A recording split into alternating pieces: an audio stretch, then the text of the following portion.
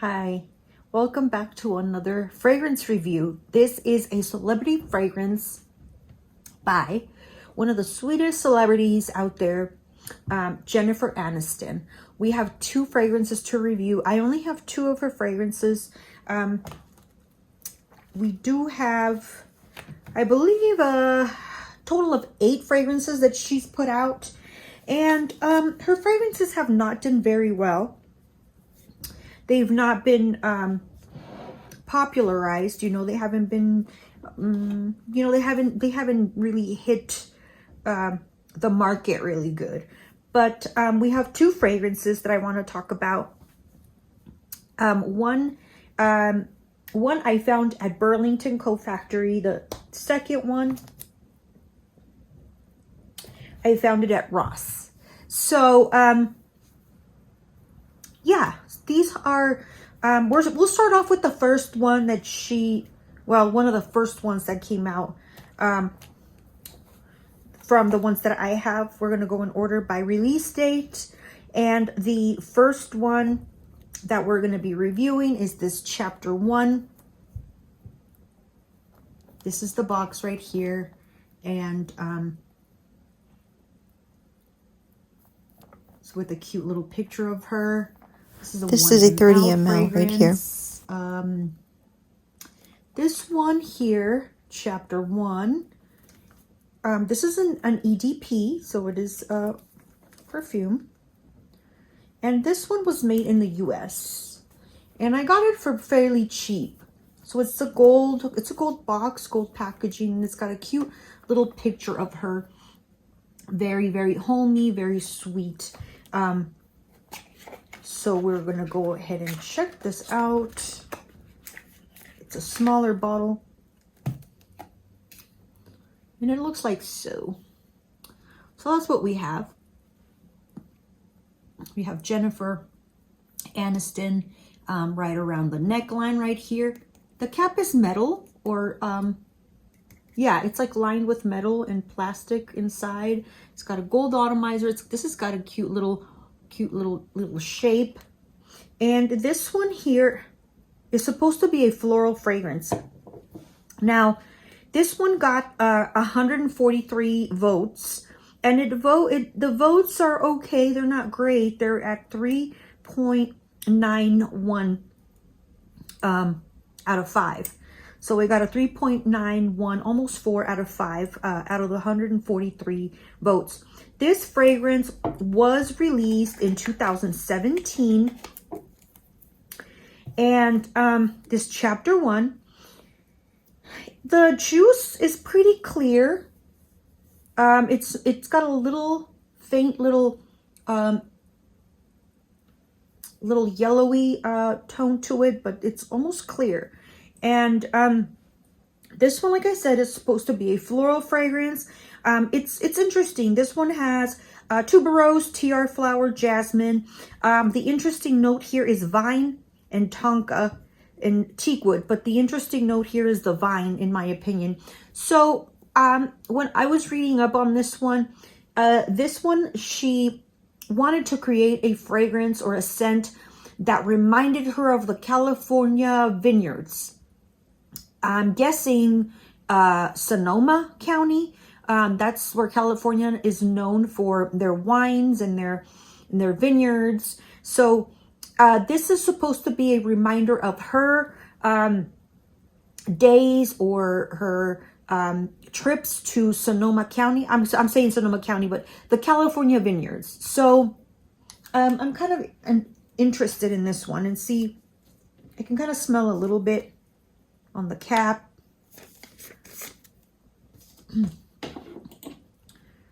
Let's go ahead and talk a little bit more about this fragrance. So this is supposed to be a white floral, smoky, sand, musky. I'm sorry, no. I am looking at the wrong fragrance. I'm spoiling. This one, the notes did the notes did not sound right, you guys. Okay, so this one is a white floral, musky, sweet tuberose, animalic, and citrus fragrance. It's a floral fragrance. That's what Fragrantica is categorizing this one as.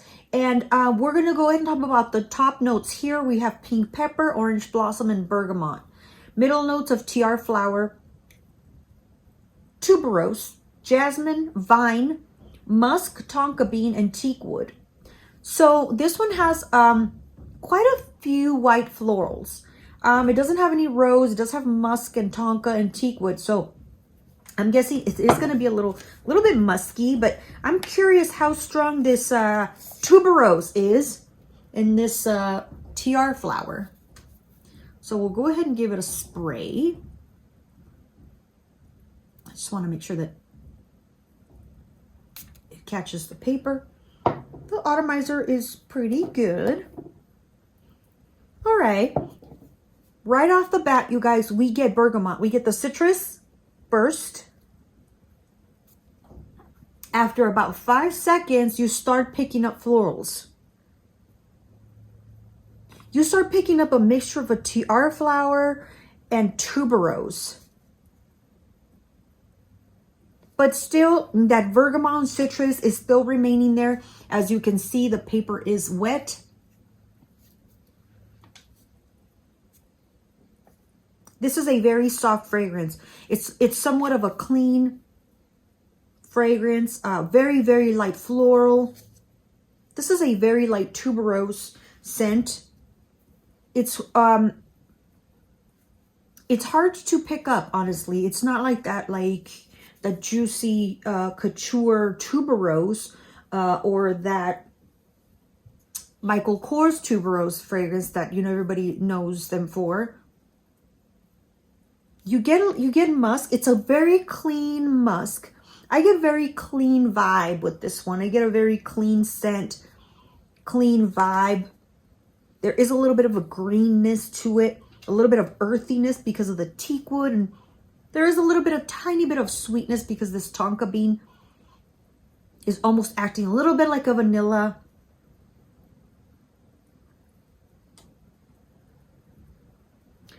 So, yes, I would say that this is a very soft fragrance. It is floral, but it's got other things going on. So it's got that citrus note that is still there. Now, I've heard that these Jennifer Aniston fragrances do not last, especially these two that I got. There you have to reapply these quite a bit, like every 3 to 4 hours. It's more of like this one dries a little bit like feminine skin scent, feminine powdery skin scent. This is very inoffensive. This is a fragrance that's gonna sit on your skin very closely, and it's not gonna project. It's a very intimate fragrance, so people have to get really close to you to be able to notice this fragrance. Unless you like you overspray like crazy. So some people, 40 people are saying that this fragrance smells like Soleil Blanc from Tom Ford. 36 people say it does not. And then we have the Eau de Sol Blanc by Tom Ford. Again, 26 people say it smells like this. 19 people say it doesn't. Then we also have Beach Walk Mason Martin Margiela by Replica, and 13 people say that it smells like this, and 7 say that it doesn't. Yeah, it's a sweet fragrance. It is something that like even a young teenager or preteen can wear. This is a very sweet fragrance, very representing her image here, very representing like the girl next door, very clean, very feminine, very delicate. You know, Jennifer Aniston is the epitome of the girl next door, the all-American girl, the preacher's daughter, the sweet, sweet girl, the one that everybody likes, the one with the pure and clean soul. So this is very defining of her personality. I would say, yes, this totally would be a Jennifer Aniston fragrance. It's not bold, it's not daring, none of that. It's very soft and very inoffensive. It's got a little bit of green, a little bit of greenness. It's got some bright, happy little comforting vibes. So that's that one. Okay. Moving on to the fragrance number 2 that we have here for Jennifer Aniston. We're going to be unboxing this one together. It's still in its wrapping. And this is what the box looks like. Okay, this is the presentation. This is another Eau de Parfum, 1 ounce, 30 ml. Here she is. She's got a little bit more like a beach wave kind of hairstyle right there. You know, it almost looks a little bit damp or wet, a little bit darker. She looks a little bit more free. You know, this is Solstice in Bloom, and that's the back of the box. Very, very cute presentation here. Again, this one is made in the US as well. So Solstice Bloom. Solstice Bloom is the one we're going to be unboxing. This one here, I just want to tell you a little bit of a backstory for this one, which, you know, she, Jennifer Aniston has put some thought into her fragrances, and, you know, she tries to make her fragrances smell as natural as possible. She talks about how she wants fragrances to be naturally smelling and not artificial. So things that you find, you know, scents that you find, you know, through the breeze that come in through the flowers, you know, all that, the breeze that brings in all those scents and stuff. So this one here, called Solstice in Bloom,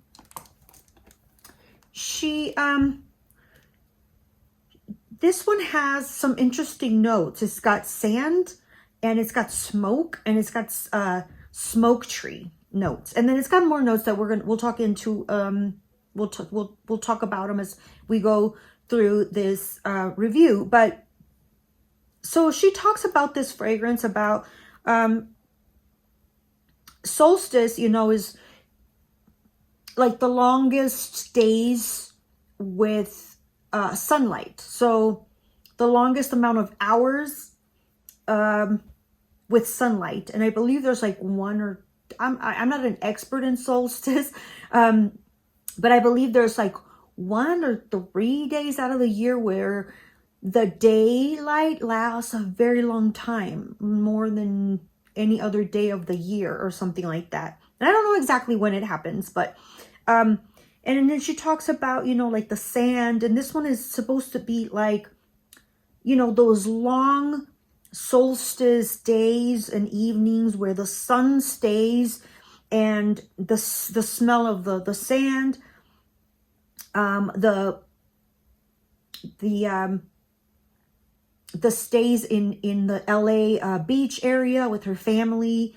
So it's all like kind of nostalgic for her. Everything is like nostalgic, these notes that she adds in here. Jasmine, she likes to add jasmine into her fragrances because she talked about in one of her interviews how jasmine plants were always in all of her homes, not just one, but in all of her houses that she lived in as in childhood, and, you know, throughout the years as an adult. There was always jasmine, like a jasmine bush. I think it's a bush, not like not little flowers, but you know what I mean. If you've seen jasmine, those little tiny little star flowers that are so cute and fragrant. So that's kind of what, you know, this fragrance is supposed to represent. So we'll start getting it out of its box here. Yeah, so it's supposed to be like beach, sand, long summer days.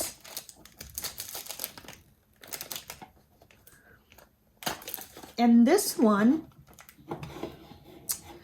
Solstice Bloom, is supposed to be a white floral, smoky, sand, musky, woody, fresh, spicy, powdery, mineral, warm, spicy, and aldehydic.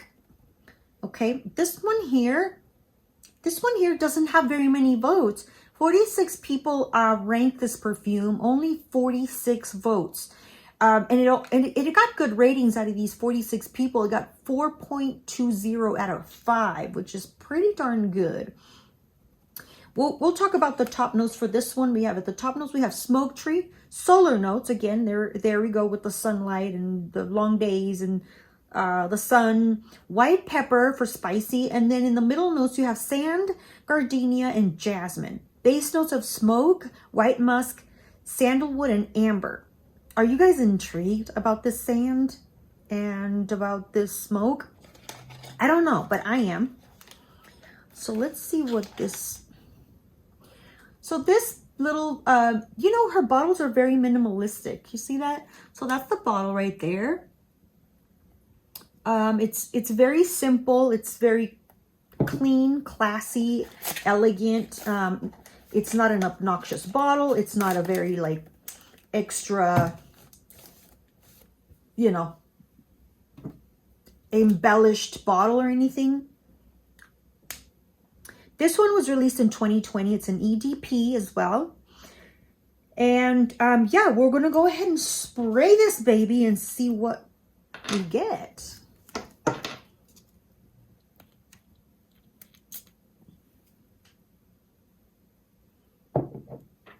Well, right off the bat, I can't tell you what it smells like because we get just alcohol.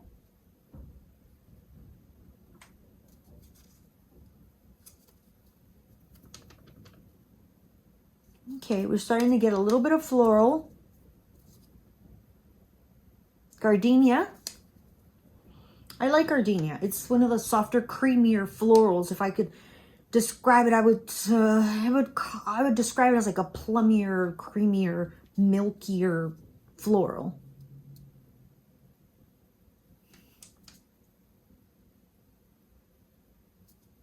We get musk.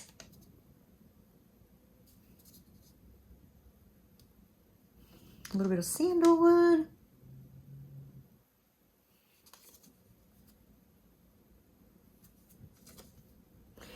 Again, this, I can kind of see her trend here. This fragrance is very clean, is very light. Yes, it's very summer. It's very flirty. It's got a little bit more floral notes than this one, believe it or not. It's got a little bit more of a sweeter floral.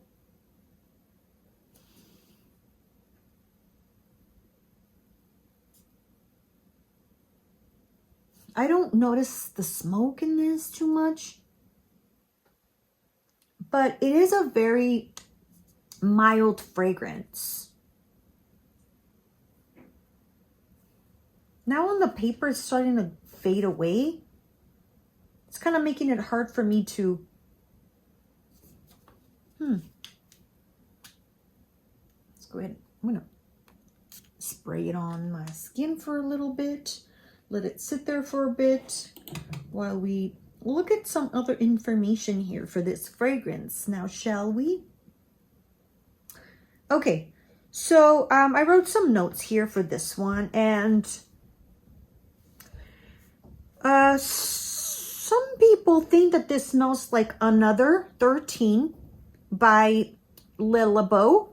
6 people think it smells like this, and nobody has disagreed with that. So maybe they got something there. They also think that this smells like Gypsy Water by Libido, something. And 3 people say it smells like it, and 2 people say it doesn't. 3 people say that it smells like Pure Poison by Dior, and 3 people say it doesn't. So I don't know if it's... Oh. Okay, it smells completely different on your skin. That is so strange and surprising.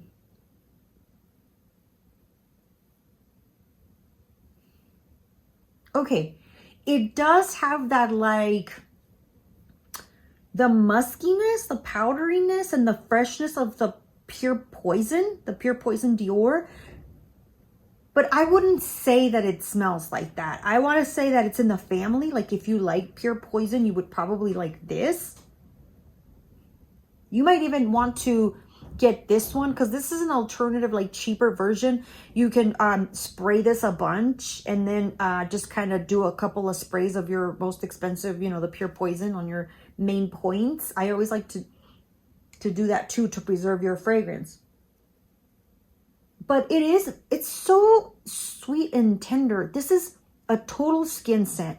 It's so clean. It's so fresh. That is so strange, you guys. See, on paper, it's like almost gone. There is like no citrus in this, so I don't pick up any citrus.